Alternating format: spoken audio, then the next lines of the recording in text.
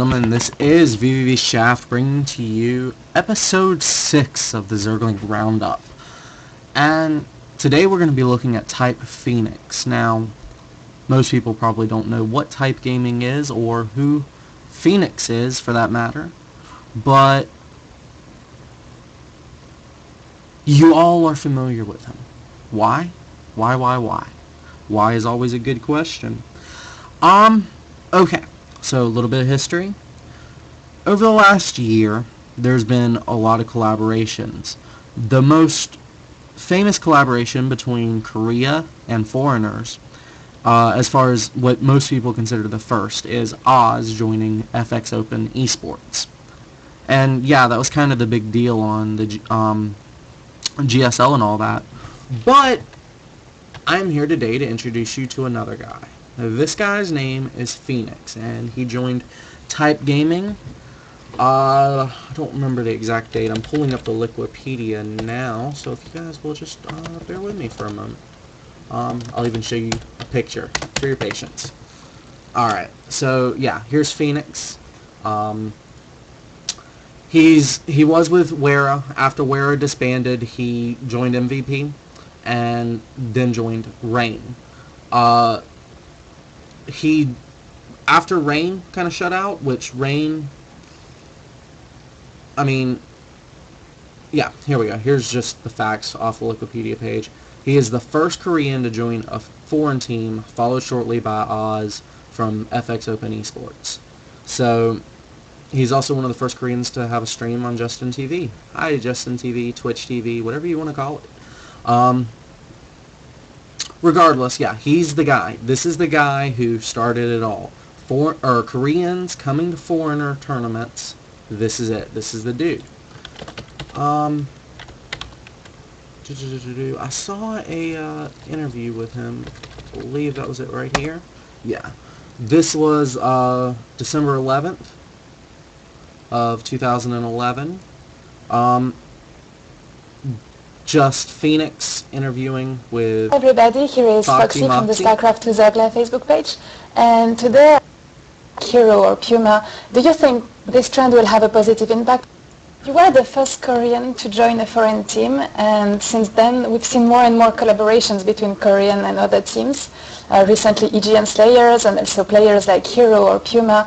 Do you think this trend will have a positive impact on the scene? Since they are only just legal in Korea, Koreans cannot participate in any other tournament besides GSL. And if they disqualify in GSL, they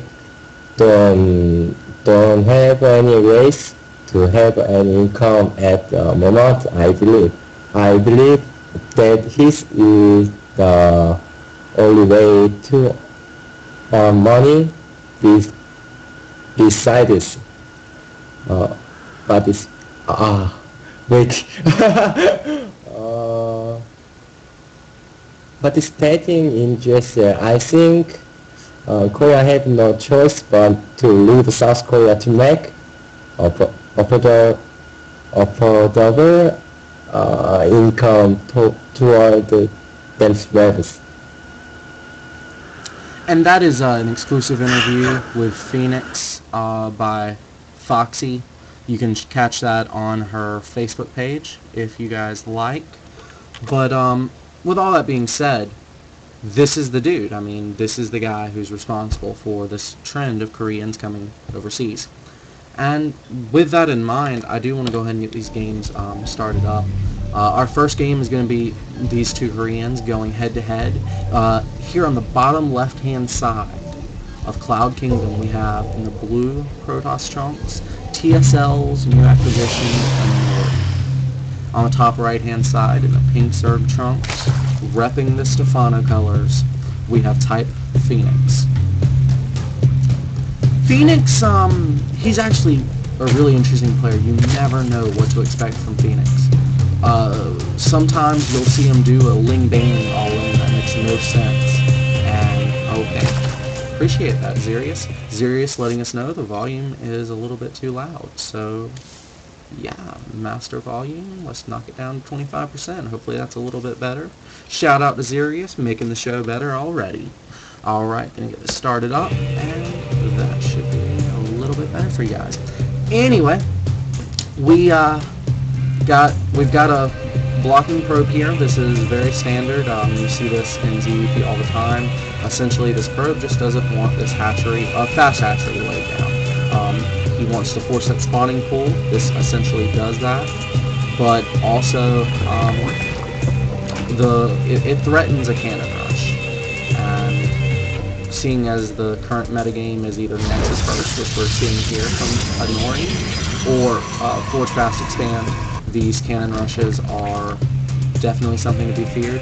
We do have Phoenix delaying his scout here and not sending his Overlord over this hatchery to scout for any kind of cannon rush. So this is something that he had to be super, super careful of. It's very wise that he did make this spawning pool as early as he did. It will force this probe right on back home. Probe didn't even bother blocking the hatchery with a pylon or anything, so this is going to transition into a very standard macro game, unless one of these players has something to protocol this, but hopefully we'll see a macro game here at the start. First game of episode 6 of Zergling Round-Up. And here's Phoenix sitting out a couple of Zerglings. They're just scouts. They're going to be checking around his third, which he wants to establish here in the near future, for a pylon, some kind of warp-in harassment. These lings here, forcing this probe off the Zonaga Tower. So now he knows where the probe is, where it was. He's not really worried too much about some kind of hidden pylon. We've got the first gas now being taken for a Protoss player. Only one cannon. He's seeing this kind of predisposition towards 3 base very, very quickly. He's not even begun to saturate his natural. He's now actually 7 harvesters behind. So we've got a very, very, very greedy build here from Phoenix with... this was actually pretty greedy from Anori as well with Nexus first and whatnot. So we've got... I don't think that's a full wall, but I think we need a well there to completely wall that in. So yeah, both players just setting up for the macro game, man. Really, really, really good potential just starting out for a first game, because I mean everyone loves a macro game, right? I don't think I've ever heard a StarCraft player say, "Hey, I don't like the macro," with the exception, of course, being a bit of it. Of course, he never said that because I'm not sure he said too much, but one's still there. This Zealot here is just going to go ahead and clear the towers, apply a little bit of pressure to the Zerg player. Right now, actually, if you check the units tab, there's 4 lings on the map. That is not enough to kill even a single Zealot. 1 Zealot, 4 lings, and a queen, that'll do alright against the Zealot. But essentially the Zerg player has given up map control to be super, super, super greedy.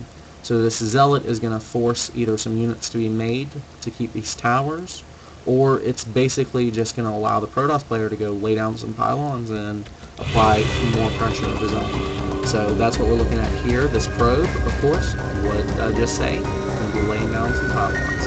Here's that second Zealot that is going to force our Zerg player to go ahead and get some more units out onto the field. Pretty good aging units for both players. Oh, accidentally hit the back button there, guys. My fault.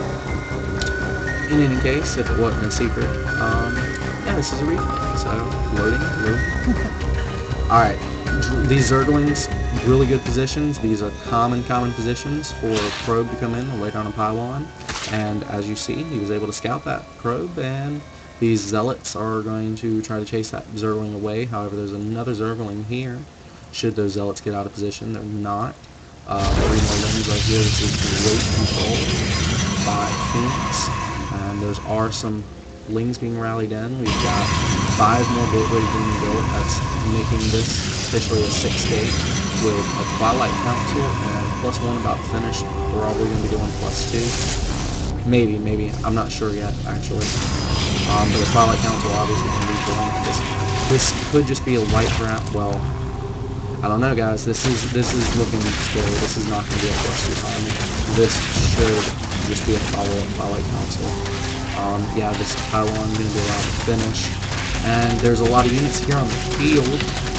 We've got our Zerg player now in the lead, so okay, still working in units. We've got a lot of Zealots here, noticing that Anori has been a little bit greedy, doesn't have his Roach Warren up in time to really deal with a lot of Zealots, and that here is the Roach Warren is going to push these back at exactly the nick of time. And by the exactly in the nick of time, he was allowed to squeeze 11 drones lead out. If he had tried to defend this with pure Ling, this would be game over. Phoenix would not win this. He got the roaches at the last second possible. That allowed him to drone as much as he possibly wanted to or could. And now he's sitting very comfortably on around 50 drones, 55 being ideal. A little over that, he might not be able to hold some of the more aggressive timing attacks. But right now he does not have Zonaga tower control. That may or may not be a good thing. He does know where his opponent's army is, but at the moment he can't really tell if there's anything sneaking into his natural. And that, of course, is very, very scary for him. He's going to send this Ling counterattack, but just run right into a photon cannon and a complete wall off. That tells him this is more than likely an all-in. He just needs to keep preparing for it, which he does on this heavy Roachling composition. Here's a lot of Stalkers. So now Anori, of course, has been trading off those Zealots. He sees all the Roaches on the field and realizes the Zealots may not be the best decision here, but there's a lot of Lings on the field now, so he's going to need at least some kind of Zealot wall. The Link is finished now, so he's going to do this little shark mode thing with his Protoss units, abusing the shields very, very well. This Ling control is excellent on Phoenix, but it's really, he's winning a battle, but this is still not great for Anori. I mean, he's holding this pylon. So Phoenix, of course, losing a lot of roaches here. Just this blink micro. He has to be very, very careful not to overextend himself, which he just did.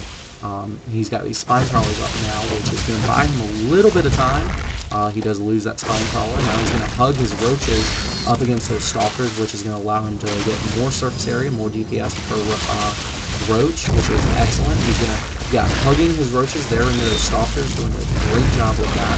These stalkers, if you just bring him back, trying to get some of his shield back before the roaches start getting down again.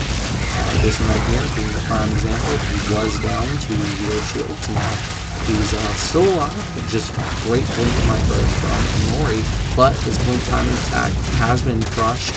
He walled off right here, which remember I said that was sign of an all-in. He's 9 harvesters behind. He has no form of transition prepared, and he hasn't even started another upgrade. So in this situation, Anori's cut probes for so long and has nothing else followed. The big deal is not the cutting of the probes, because he's only 9 probes behind. By forcing out Roach Ling for the last, I don't know, I'd say 4 minutes. He probably, I'd say, 4 minutes. That seems about right. He's limited Phoenix's harvester production. However, Phoenix, being a Zerg player, can just mass out drones now that the aggression's turned down. The aggression has to be turned down for a while because, because Anori either has to get a third up or get some heavy kind of tech. He hasn't started the tech, which means it's going to be even longer, and he can't establish a third because there's 80 supply in food just waiting to kill off that Nexus. So he's between a rock and a hard place, says GG, and that's exactly the right response, because he was all in.